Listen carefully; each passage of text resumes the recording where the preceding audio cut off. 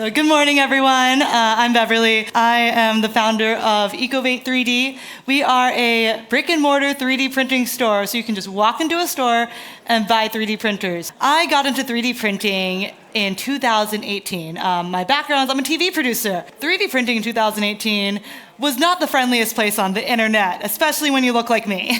I wanted to create a space for people to start learning 3D printing hands-on. I also am not a person that learns very well from YouTube. I need to fiddle with things. I need my tools.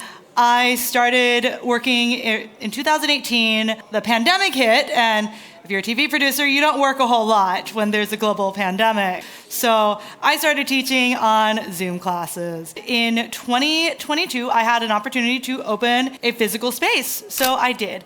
I got some amazing companies, including Prusa, into my store, some great filament companies and accessory companies like E3D, who's around here too. We opened a space because makerspaces are not the greatest business model. I worked in business television for 13 years. I would know this. What I did is you can come, you can print, you can have people who know what they're doing print things, but you can also buy a printer, you can learn how to use a 3D printer.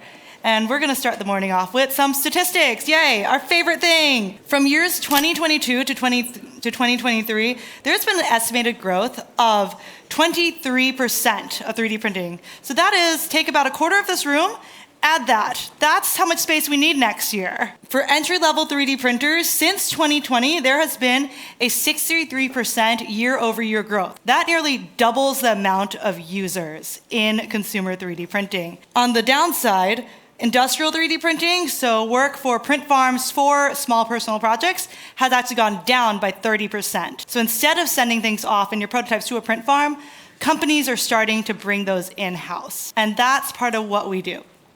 So how do we reach and become those 63% of entry-level printers? It all comes down to interacting with the community. So a lot of what my company does is not only can the average consumer walk in and buy a 3D printer, my actual average customer is a middle schooler. They can come in, they get to see 3D printing, and you have a huge range of kids who have watched a lot of 3D printing YouTube and finally convinced their parents to take them to the 3D printing store.